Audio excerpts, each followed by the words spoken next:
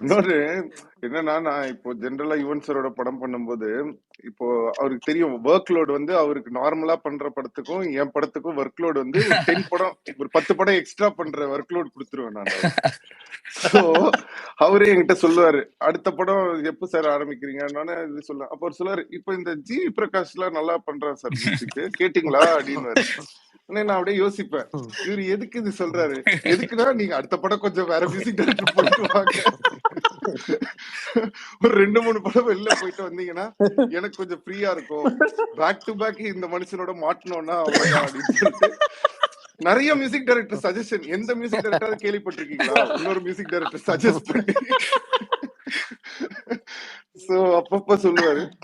But என்னன்னா, நான் எவ்வளவு டார்ச்சர் கொடுத்தாலும், எவ்வளவு கரெக்ஷன்ஸ் கேட்டாலும், எவ்வளவு சேஞ்சஸ் சொன்னாலும், எதுக்குமே டென்ஷன் ஆகாம அதை அண்டர்ஸ்டாண்ட் பண்ணிட்டு அதுல ஓகே என்ன பண்ண முடியும்ட்டு எப்பவுமே அந்த ஒரு பெஸ்ட் கொடுத்துருவாரு. சோ அதுதான் அந்த மேஜிக்னு நினைக்கிறேன்.